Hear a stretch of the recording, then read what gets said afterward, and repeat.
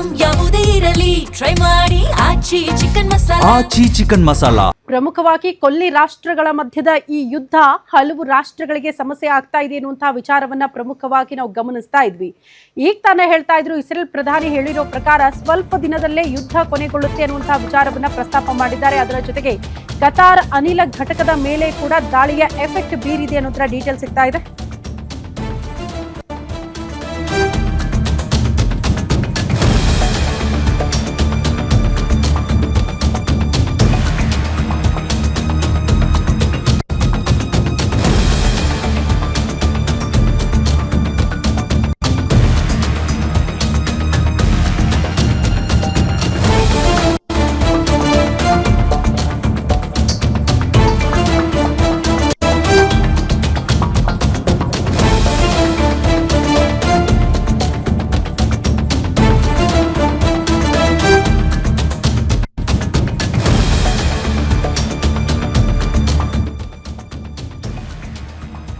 Qatar ಅನಿಲ ಘಟಕದ ಮೇಲಿನ ದಾಳಿ ಎಫೆಕ್ಟ್ ಅಂತೆ ಭಾರತಕ್ಕೆ ಇನ್ನಷ್ಟು ಅನಿಲ ಸಮಸ್ಯೆ ಎದುರಾಗುವಂತಹ ಸಾಧ್ಯತೆಗಳು ದಟ್ಟವಾಗಿದೆ ಅನ್ನೋದರ ಡೀಟೇಲ್ ಸಿಗ್ತಾ ಇದೆ.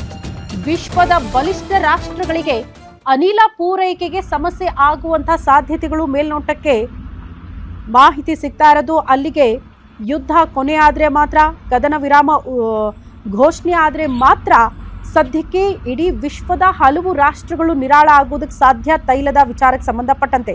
ಬಟ್ ಸದ್ಯದ ಪರಿಸ್ಥಿತಿ ಹಾಗೆ ಇದೆಯಾ ಅನ್ನುವಂಥ ಪ್ರಶ್ನೆಗೆ ಇಲ್ಲ ಅನ್ನುವಂಥ ಉತ್ತರ ಸಿಗ್ತಾ ಇದೆ. ಹಾಗಾಗಿ ಏನಾಗಬಹುದು ಅನ್ನೋದು ಪ್ರಶ್ನೆ.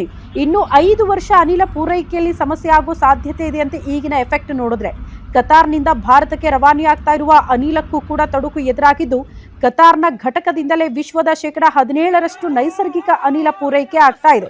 ವಿಶ್ವದ ಅತ್ಯಂತ ದೊಡ್ಡ ನೈಸರ್ಗಿಕ ಅನಿಲ ಘಟಕದ ಮೇಲೆ ದಾಳಿಯಾಗಿರುವ ಹಿನ್ನೆಲೆ ಇರಾನ್ ದಾಳಿಯಿಂದ ಕತಾರ್ಗೆ ವಾರ್ಷಿಕ $20 ಬಿಲಿಯನ್ ನಷ್ಟು ನಷ್ಟ ಎದುರಾಗ್ತಾ ಇದೆಯಂತೆ. ವಾರ್ಷಿಕ 12.8 ಮಿಲಿಯನ್ ಟನ್ LNG ಪೂರೈಕೆಯಲ್ಲಿ ಸಮಸ್ಯೆಯಾಗಿದ್ದು, ಈಗಾಗಲೇ ಇಟಲಿ ಮತ್ತು ಬೆಲ್ಜಿಯಂಗೆ ಅನಿಲ ಪೂರೈಕೆ ಭಾಗಶಃ ಸ್ಥಗಿತಗೊಂಡಿದೆ ಅನ್ನೋದರ ಡೀಟೇಲ್ ಸದ್ಯ ಸಿಗ್ತಾ ಇದೆ. अबे पीछे से मार रहा है, उधर से आ रहा है. Oh shit.